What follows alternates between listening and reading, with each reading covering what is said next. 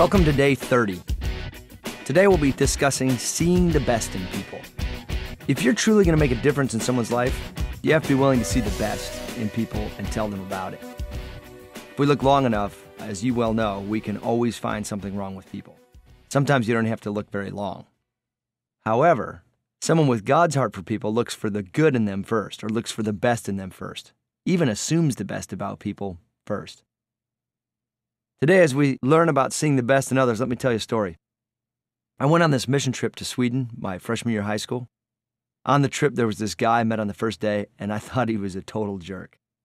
He didn't seem to be very kind. He seemed pretty prideful, seemed pretty proud of who he was, and kind of wanted everybody on the trip to know he was the man. So I decided right then and there that I didn't like him, and I treated him pretty poorly. I even, to my own shame, tried to get other people on the team to treat him poorly because I didn't like this guy.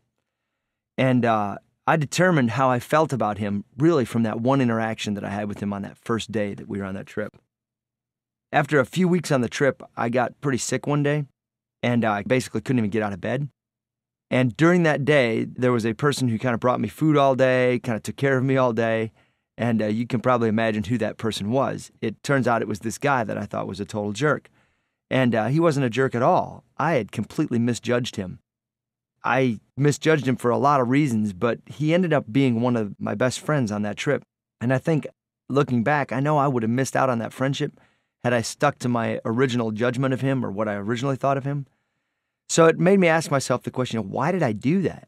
Why did I judge him so quickly? What caused me to get defensive and try to label him or put him in some sort of a category? It's probably some insecurity in myself, and probably my own pride caused me to do that. I also was not looking for the best in him. I was looking for the worst in him and just making assumptions about him from the moment I first got to know him. In the movie To Save a Life, you can see people who are not looking for the best in others, and it does not result in good things for them. I've had this type of thing happen regularly in my life where I forget to look for the best in a person and I make a judgment about him and then I'm wrong. And it turns out that I end up losing because I lose some of the friendship or I lose an opportunity that I could have had. Press pause, take a moment to identify the distractions around you. Probably need to go ahead and turn off that TV or maybe close the blinds. If you have a quiet room in your house or at school or wherever you're at, try to go to that quiet room.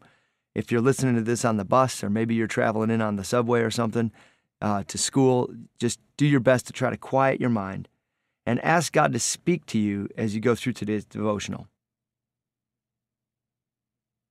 Turn to the book of Matthew, chapter 26. We're going to start at verse 6. I'm going to read chapter 26, 6 through 13. Here's what it says.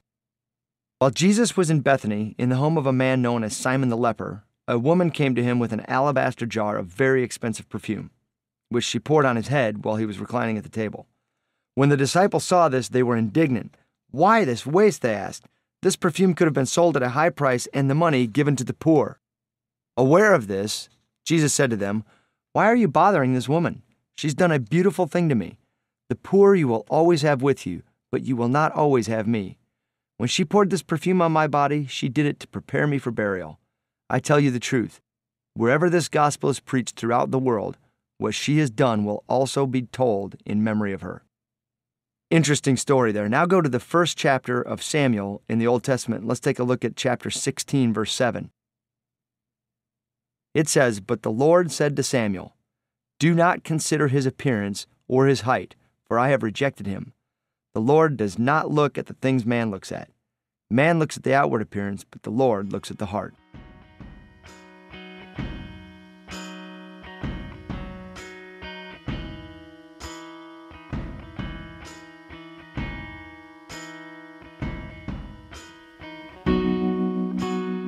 Have you ever met someone and made assumptions about them based on what you saw on the outside, and then later learned you didn't really understand them or know them? Describe a time that happened to you. Sometimes people put up defenses or act a certain way based on hurts they've experienced in the past. They might be hiding behind a front. They might be presenting a false mask or a person that they aren't really. Do you hide sometimes? Maybe you hide behind clothes, maybe you hide behind actions, music, words you speak, friends you hang out with. Can people know your heart based on your actions? List some ways you might be hiding, and why do you think you do it?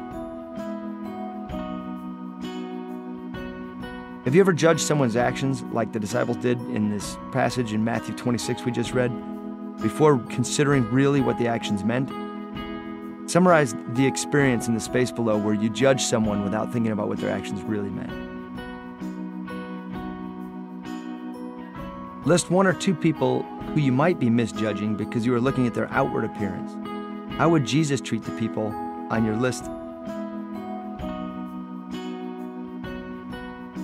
Remember, the outward appearance does not indicate everything that is happening in a person's heart. You have to work to see the best. Assume the best about others and give them a chance. Love them with Christ's love in spite of what your first impression may be. Choose someone from the list above and spend one day concentrating on the best in them. Make a point to actually tell them about the best you see in them. In short, treat them the way Jesus would treat them. Hey, one last thing.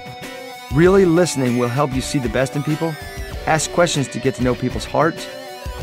All of this ties together, everything we've been talking about these last few days.